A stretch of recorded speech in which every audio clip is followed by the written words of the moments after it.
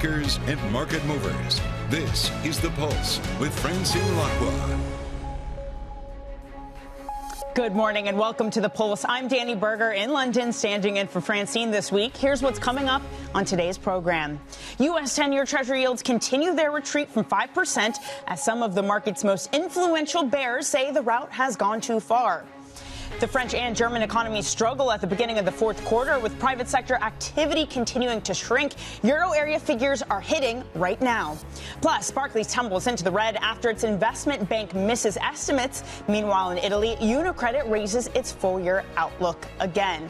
Okay, your quick look on European markets. You did see a turnaround in stocks, not made much better by some of the data coming out. We've just had Euro area October PMIs hit. Services fall to 47.8. That is below forecast. The forecast was for 48.6. Manufacturing, that also slightly weaker, coming in at 43. The forecast was for 43.7. We already had a miss from Germany and France in various sectors. That already dropped the euro like a rock. It is staying at those levels. You can see that drop again was when we got German data, unable to recover with now euro area PMIs in hand. Some other breaking lines coming from the RBA governor. That's, of course, the new one, saying that we will not hesitate to hike if CP outlook is raised markedly. We do have inflation data coming out tomorrow. That will be at 1:30 a.m. if you're here in the UK. A lot of measures coming out. The expectation is for it to come in slightly higher, 5.3% versus 5.2 in August. That not really doing much to move the Aussie at the moment, which has been higher all morning by about 0.5%. But the drama over the past 24 hours, it has been in the American bond market. Take a look at what treasuries have done over the past 2 days. You can see that slide there, that huge reversal midday after we had hit 5% earlier in the day. Now, that came off the back, whether it was caused by it or not, but it did happen after we got tweets from Bill Ackman and Bill Gross, both of them relinquishing their bearish bond view. Ackman had a very public short in August saying he's closed that, and Gross saying he's buying SOFR futures, that the data is slowing down. Let's now talk with Patrick Armstrong of Plurimi Wealth, the CIO over there. Patrick, first of all, I'm having a hard time wrapping my head around how these two guys were able to move a $24 trillion market. Well, I think they're just talking their book. They made a good trade. They want to publicize it. They probably moved the market to some extent, but it was just a technical indicator, 5% yields. I think investors see that as a buying point. You're getting a credible safe haven with a 10-year Treasury now, where a couple of years ago there was no safe haven benefit you could really even look to because there was no yield there, so you couldn't get the duration benefit. But with a 5% yield, I think treasuries represent a good safe haven, a fair value. It's the tips that I think are really compelling, though. On this idea that it's a safe haven, you'd think that now is the perfect time, given the geopolitical angst. If you look at TLT, for example, though, over the past 2 weeks, it's pretty much flat. Yeah. Or slightly lower. Shouldn't now be the time that we see its haven attributes come alive?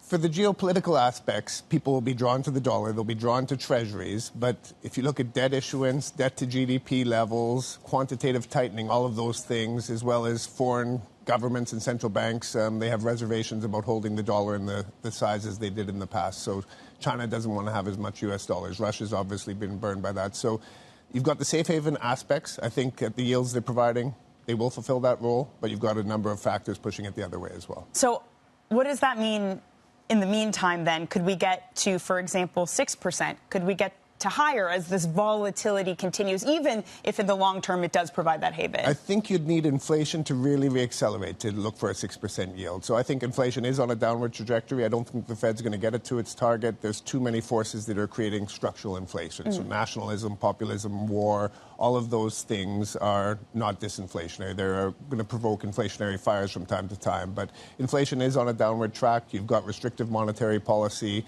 It's doing its job, and the higher real yields are also restrictive. So it's a fair value right now, I think. I don't think you should be pounding the table saying this is absolutely the best time to buy. I wouldn't be shorting it anymore either. But, the tips is where I do find compelling. 2.5% real yields, with inflation being a long-term risk for me.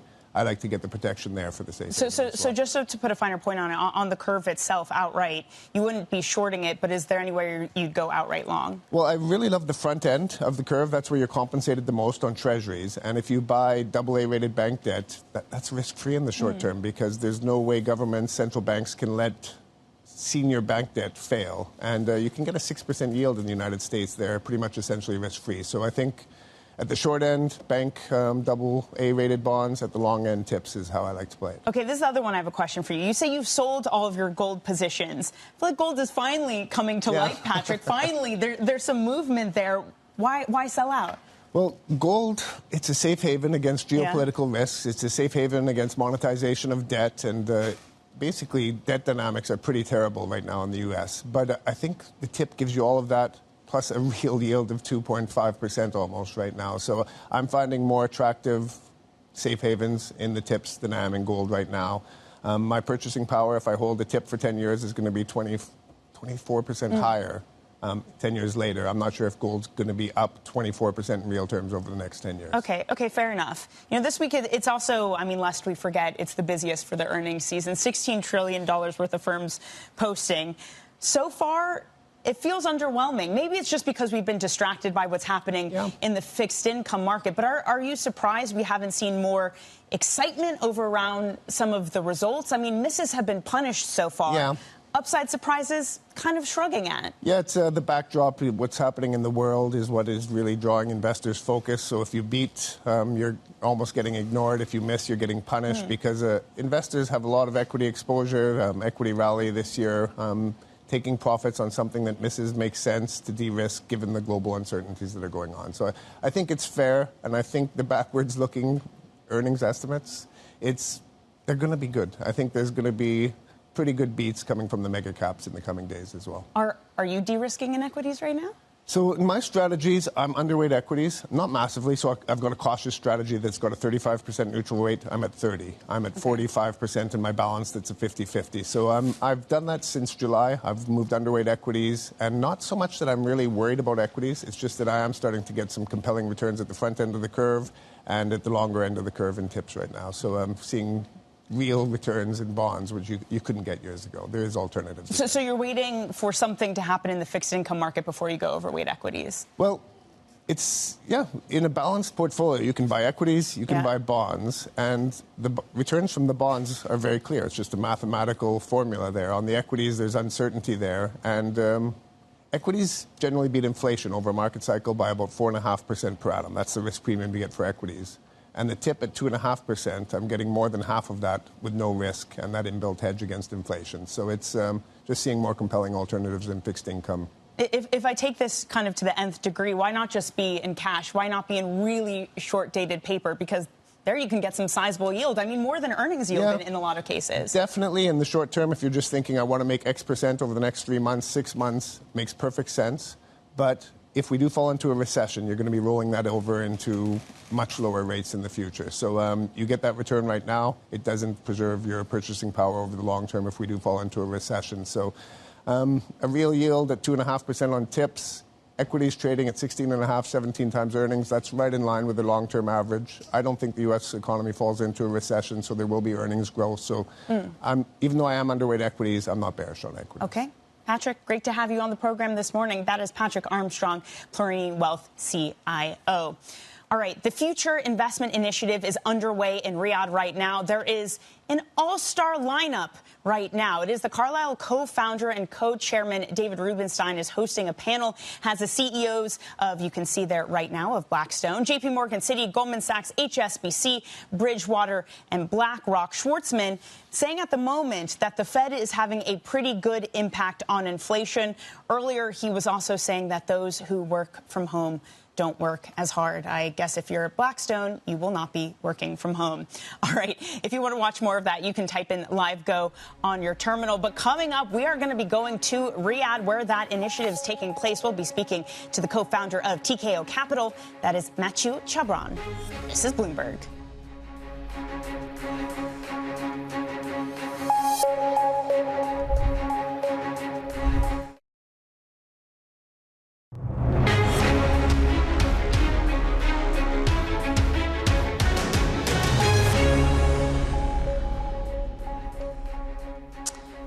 Future Investment Initiative has kicked off in Riyadh today. You can see there Ray Dalio speaking at a panel that's being hosted by David Rubenstein. A lot of heavy hitters on that panel, including Jamie Dimon. You can see there David Solomon of Goldman Sachs, Noel Quinn, Jane Fraser, Jamie Dimon, Larry Fink. A lot of folks there. Some of the lines we've heard, Quinn talking about being worried about tipping points on fiscal deficits. We've heard Schwartzman railing against work from home, saying it made people less productive, that 2024 will be not so wonderful, but then we will hit a bottom. Also there at the FII is Bloomberg anchor Francine Lacqua, who is there with a heavy hitter herself. Francine. Thank you so much, Danny. I think we're trying to figure out what the cost of money means for future investment. And if you think about it very simply, is yes, we have inflation, we have interest rates. Are they higher for longer? But do they have to go from higher from now? And what's your point of reference? Do you take the price of oil? Do you take the price of semiconductors as one of the big concerns? Well, I'm delighted to be joined here in Riyadh, Saudi Arabia, by Mathieu Chabran. He is Tikehau Capital Co-Founder. Mathieu, as always, thank you so much for joining us.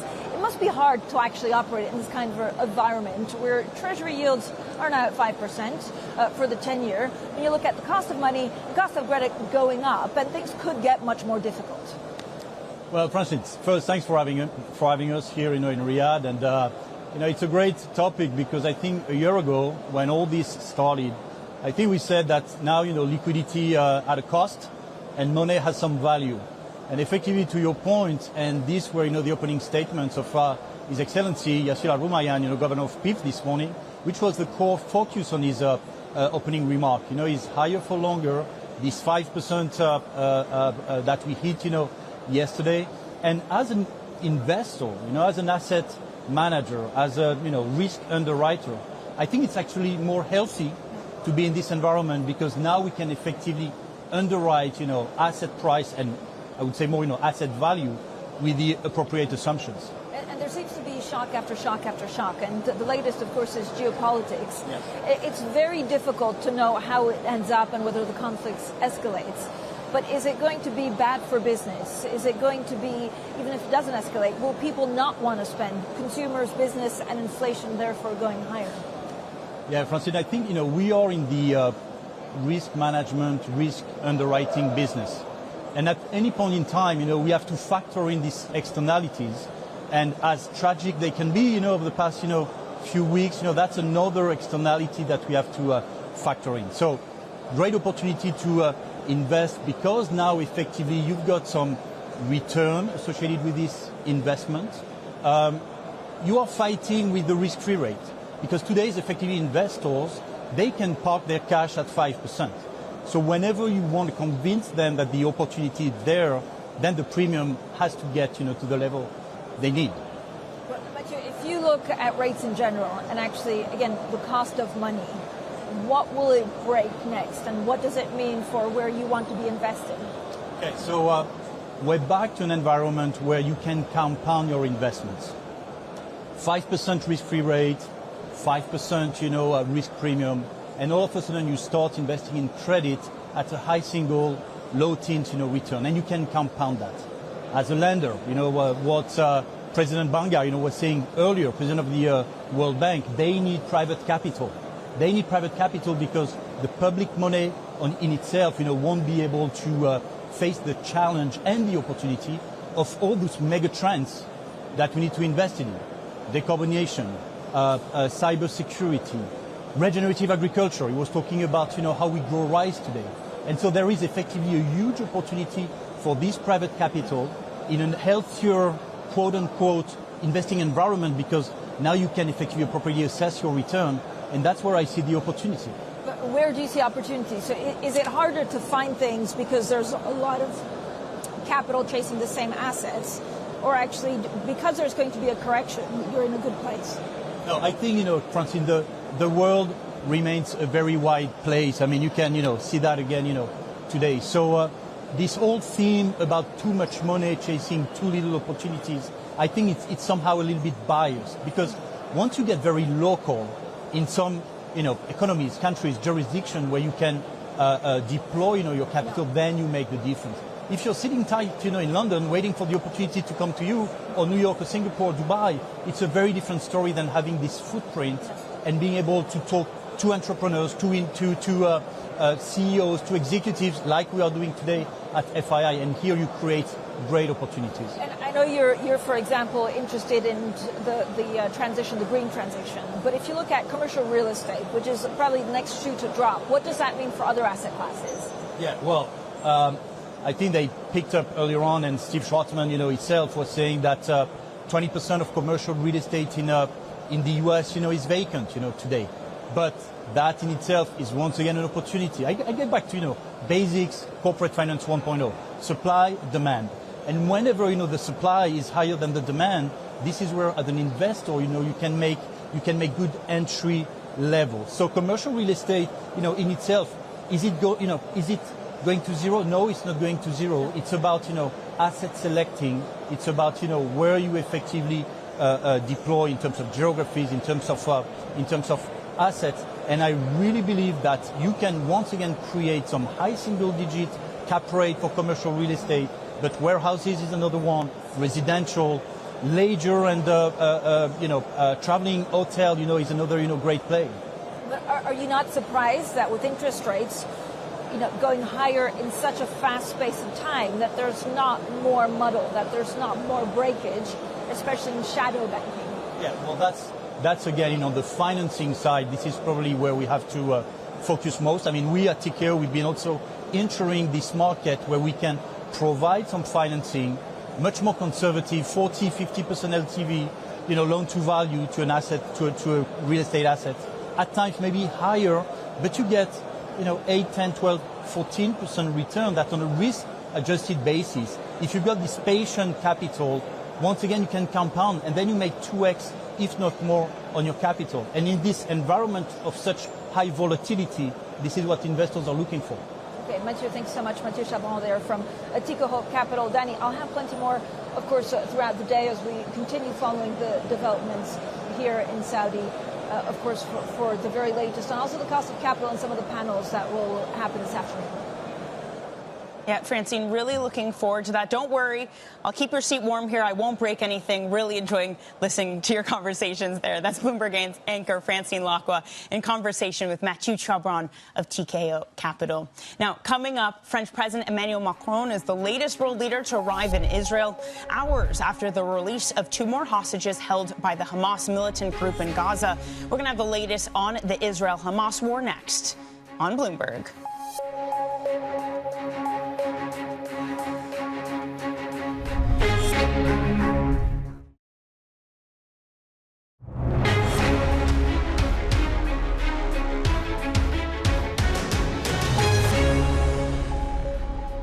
French President Emmanuel Macron has arrived in Israel, becoming the latest world leader to travel to meet with Prime Minister Benjamin Netanyahu following the Hamas attacks.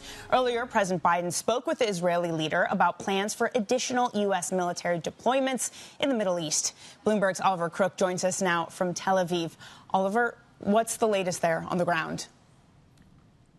Yeah, let's tie all that together. We had an additional 2 hostages that were released overnight, 2 elderly women that were taken just about 2 kilometers in a kibbutz from the Gaza border. This, of course, is a meaningful development following the other 2 hostages that were released.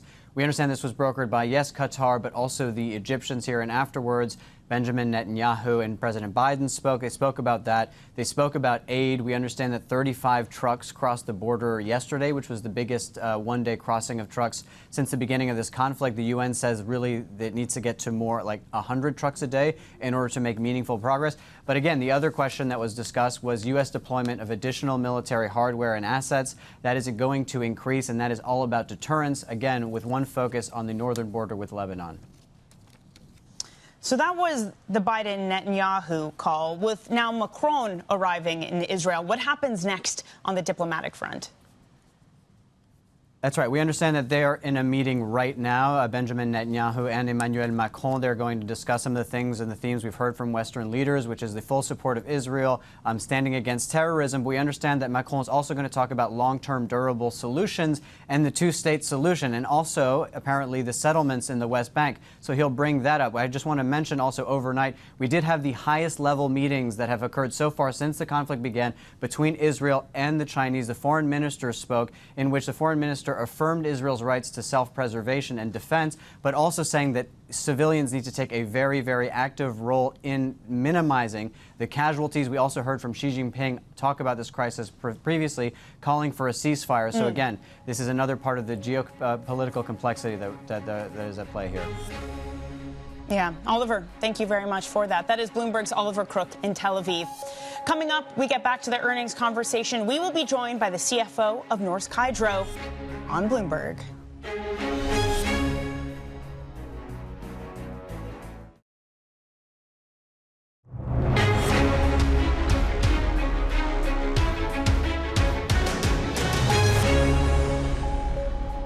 U.S. 10-year Treasury yields continue their retreat from 5%, as some of the market's most prominent bears say the rout has gone too far.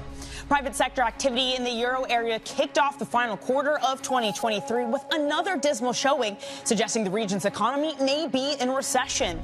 Plus, Barclays tumbles into the red after its investment bank misses estimates. Meanwhile, in Italy, Unicredit raises its full-year outlook again. Good morning and welcome to The Pulse. I'm Danny Berger in London.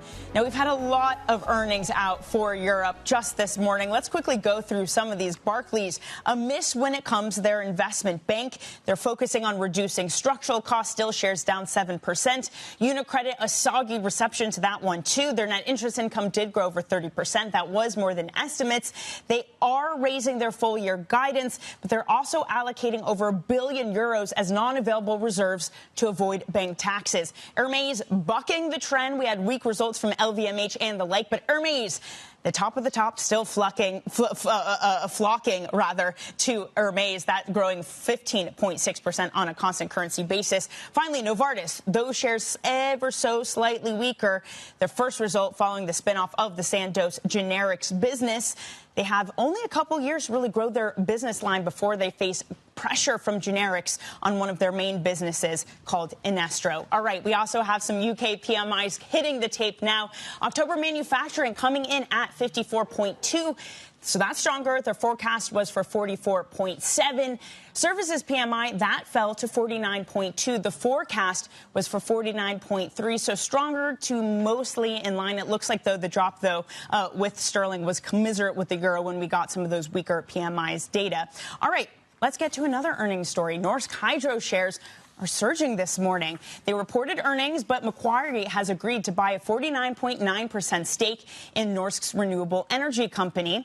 I mentioned they also had earnings. Let's not forget that. Adjusted net income plunged 94% in the third quarter. In missed estimates, there was a slump in demand in both Europe and North America. Very pleased to say, joined now by Pal Kildemo, CFO of Norsk Hydro. Pal, great to speak with you. Look, the share price reaction is clear. Investors are happy about this deal. Macquarie buying 49.9% of RAIN. Given the surge in raw material costs, financing costs for the renewable energy industry, how key was it to get this financing? Well, it's a good day when investors and analysts are happy. We are happy. Macquarie is also happy. And we'll be happy because it is a challenging market on the renewable side. We see that with the rising interest rates and also high volatility in energy prices. It's not the same positivism as some years ago. For us, it's been important to develop the renewable company Hydro REIN and also to do it in a capital-light way. It has taken a bit longer than what we expected. But it's also because we were looking for the perfect partner. And with Macquarie on board now, we look forward to continue decarbonizing European industries through our renewable energy company. Well, you mentioned just how difficult it's been given financing costs are higher. And we're in this moment of rethink in the bond market, at least, that potentially rates are going to be higher for lower. What does it mean for you to not get central banks cutting, that financing costs are going to continue to be challenging, at least for the next year or so?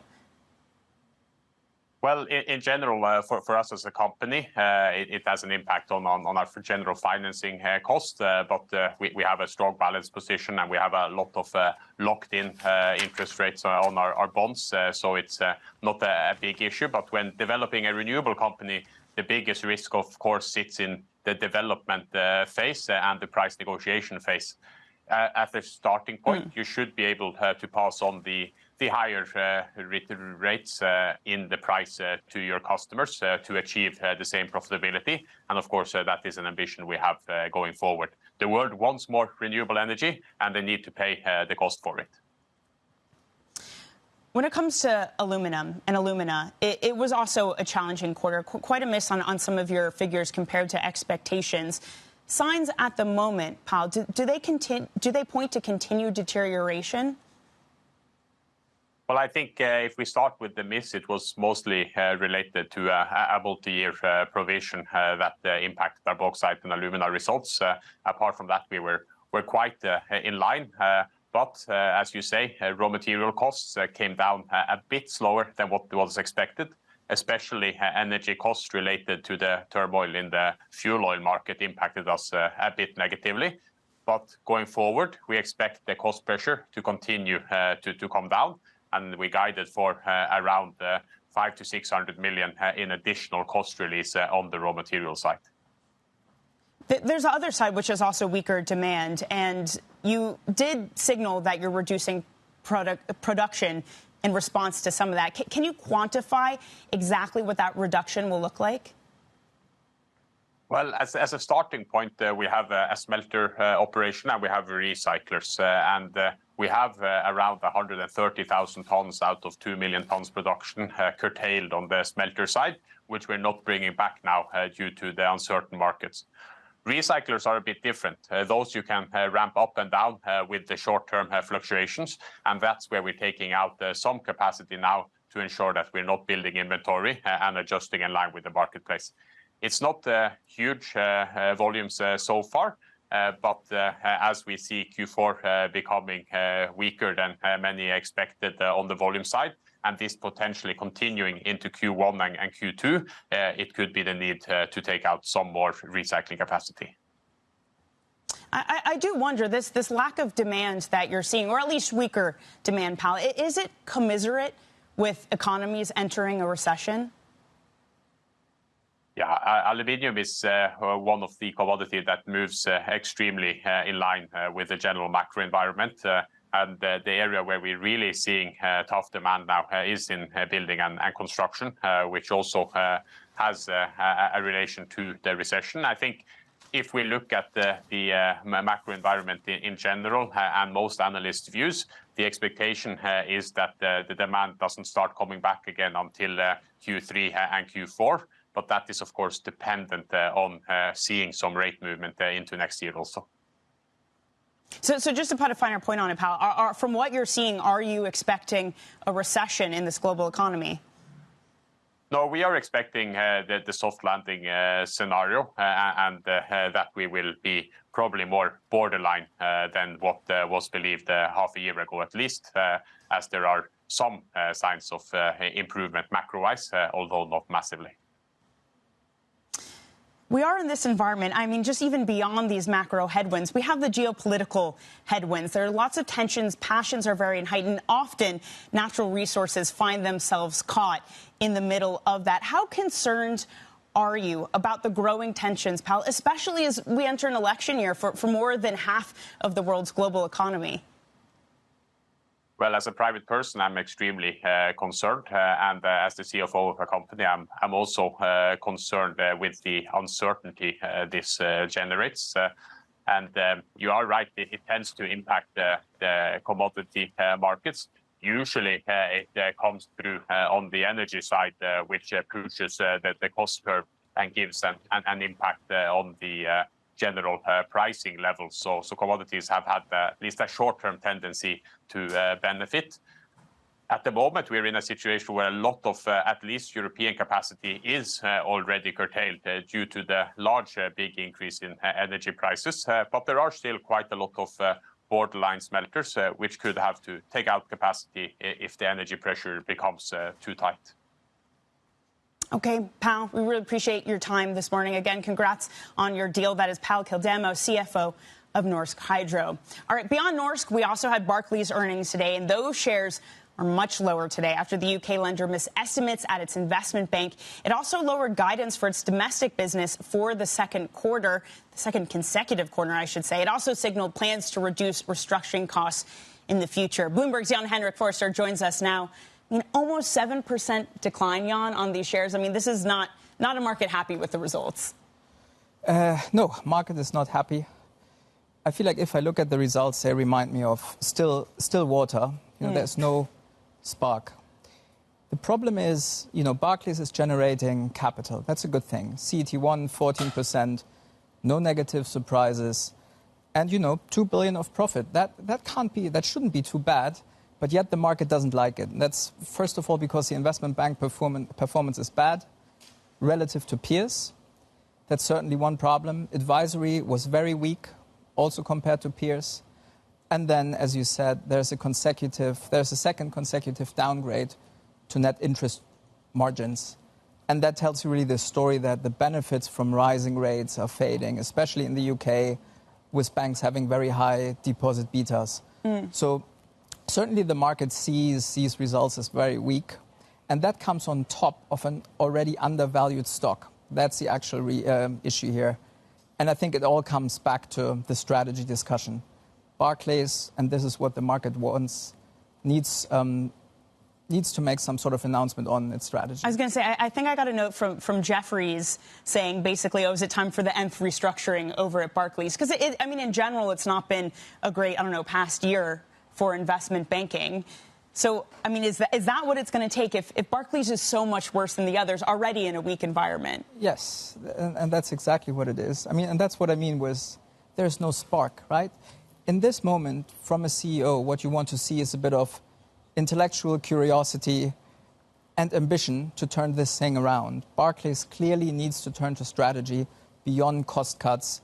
The question is still, what are they going to do with, let's say, their payments business, their merchant acquiring business? How much capital do they want to allocate going forward to the IB in an environment that is more, or macroeconomic environment that is more difficult? All these questions are still outstanding, and I feel like the market is losing patience.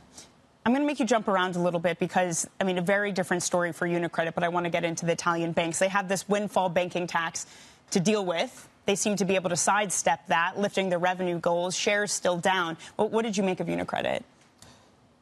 Well, I think UniCredit got one thing right, or Andrea Ocel, is he bought back stock the whole time. Every single penny he used to buy back stock. And I think that made, all the difference compared to peers. He's more, you can't really compare UniCredit with Barclays, right. Different geographies, different rate cycle. So clearly, the ECB is behind in terms of hiking rates. So UniCredit is still making money on lending. But I think what he got right was kind of over-delivering on costs and buying back stock, which will give him acquisition currency in the future. And I think that's a key story for UniCredit. The windfall tax, maybe as a general remark on European banks, will continue to be a curveball for European banks. Right. Will other governments introduce windfall taxes and so on higher interest rate income? Right, but it's about giving the shareholders something back. Jan, thank you so much. Thanks for joining us. Thank you so much. Jan-Henrik Forster, the Bloomberg senior reporter for investment banking on Barclays and UniCredit. Now, coming up, specializing in threat detection and screening technologies, the Smiths Group reported estimate-beating results.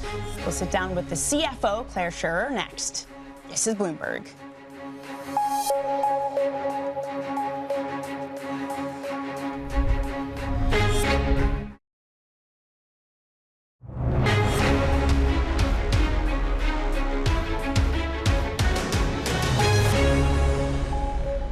The conversations that matter and the insights you need. This is The Pulse. I'm Danny Berger in London. Now let's stay here in the UK. And last month, the Smiths Group reported revenue for the full year that beat analyst estimates. Now, the firm is a global leader in threat detection and screening technologies that protect people and assets. Of course, that only really scratches the surface of what Smiths does. Clare Scherrer, Smiths CFO, joins me now. Clare, thank you so much for joining. And within your many businesses, I know you have a large exposure to the U.S., more than 50% of your revenue. And it's important in that to have American construction and building projects and those sorts of things. From your top-down view, how would you describe the economy in America, its strength or lack thereof? So our FY23 results, which we reported in September, were record results for us and will grow again in FY24. That growth was led by our two largest businesses, which are exposed to energy transition and also exposed, as you described, to safety and security around the world. Right. A small part of our business is exposed to U.S. housing. It's about 15% of our exposure. And that's something we're keeping a close eye on because the data has been very mixed. So on the one hand, mortgage rates are up. On the other hand, the housing stock is low and lower than it was in 2019. And building permits are up, but housing starts are down. So it's really quite mixed data right now. Fortunately for our business, we're in attractive geographies in the U.S. where building is stronger. We're also introducing a number of new products. So the innovation has always been very important at Smiths. And so we feel like we're navigating the soft patch in U.S. housing quite well. Are you concerned, though? It is this interesting push-pull when you look at mortgages above 8%. But as you say, supply is low because no one really wants to sell if you have to be locked into 8% mortgages. Are you concerned that something there breaks, or will it continue again just to be a soft patch? Well, right now, it looks like it's an uneven amount or a contradictory amount of data that's coming through. So we're focused on what we can control. What we can control is making sure that we innovate, that we bring the right products and right solutions to our customers. And one example of that is earlier this year, we acquired a company in the U.S. that expanded our product offering. It also expanded our geographic presence, and it brought into the Smiths family some patented sealing duct technology, which helps with energy efficiency. So when we look at the U.S. housing market, we focus on what we can control, which is introducing innovative value-added products. We also make some kit that goes into heat pumps. And so we're really focused on, given the macro, which we can't control, how can we use innovation and our customer intimacy to continue to drive our growth? And that business in FY23, our FlexTech business grew at about 10%. Your security scanner business, the types of things it's found at were venues very, very hit by COVID, when you have airports, entertainment venues, in offices. How has that evolved over the past 3 years? It's been a fascinating evolution. So in our detection business, which, as you said, protects 90% of the world's largest airports, but also protects cargo, ports and borders, and other urban venues, we have record order books. On the airport side, many airports are upgrading to CT technology. That's the technology that allows you to leave your liquids and your laptop in as you move through the passenger checkpoint area. Which we like that. We don't like taking liquids out. Exactly. Yeah. So it's a much better passenger experience. It's a much more efficient experience. And for airports, it's a safer solution. We just sold our 1,000th CT machine last month. And there's still a long road ahead of us as airports around the world make that upgrade. We're also right now protecting Ben Gurion Airport as one of the largest airports in the world. Our equipment and our service engineers on the ground there are doing their part to help ensure that that airport continues to operate safely and smoothly. Are they asking for more security, for more orders? Are you seeing more from that from Ben Gurion? No, we have been servicing that airport for many years. They have been an important customer for many years. We're just doing our small part there to help ensure the airport keeps running smoothly. And then in other venues, when you look at urban security and other settings, we have also won an interesting set of contracts around the world, Australia, Japan, and we'll be providing the security at COP28 when that kicks off next month.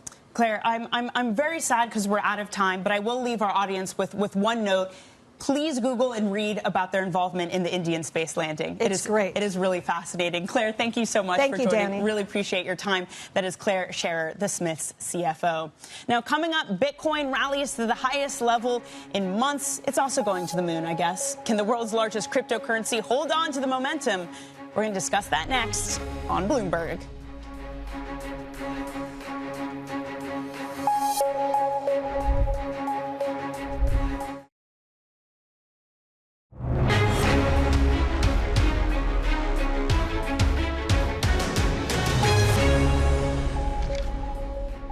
Some breaking lines just crossing the terminal. According to people familiar, Chinese President Xi Jinping has just made his first known visit to the PBOC. This is the first visit he will have made since he became Chinese president a decade ago. This really underscores the government's focus on shoring up the economy in the financial markets. Again, go read that story on your terminal. The great Bloomberg team in China just pushing that one through. All right, the other big market mover today, it is Bitcoin. It is extending a rally that's been fueled by expectations of fresh demand from ETFs, not an unfamiliar story to many. It's now reached the highest price since May of last year, and it briefly crossed the $35,000 line. We're joined now by Bloomberg's Emily Nicole, who covers crypto for us. Emily, over the past, few months, we got one of these headlines that crypto has a new leg higher, that we're all optimistic about an ETF. What's changed this time that's fueled this recent optimism? Well, if you look at what Bitcoin's done in the last week, so it had a 10% intraday jump last Monday when there was a rumor spread in crypto media news outlets that had been an approval already for one of the Bitcoin ETFs that are on the slate. When that was revealed to be not true, it quickly kind of paired those gains. But that meant that everybody was already on edge, looking for that next leg higher when we might get some news on a Bitcoin ETF. And so while yesterday's approval in courts of Grayscale's challenge to the SEC was kind of, expected, it was just formalizing an already expected move, that meant that everybody was kind of on tenterhooks and ready to take that price higher. So what does that mean for the sustainability of this rally, considering, as you point out, it is kind of a jumpy market? Well, that's kind of the concern, right? I think what we've looked at in Bitcoin over the last year has been not the volatility we're used to. If we think back to the bull runs in previous years, we thought of Bitcoin as this really volatile asset, and that's not been the case in 2023. Now that we're seeing some of that return, it is making analysts think, is this short-lived? Is there much further to go? We're in the kind of the final stages now before a potential ETF approval in the US.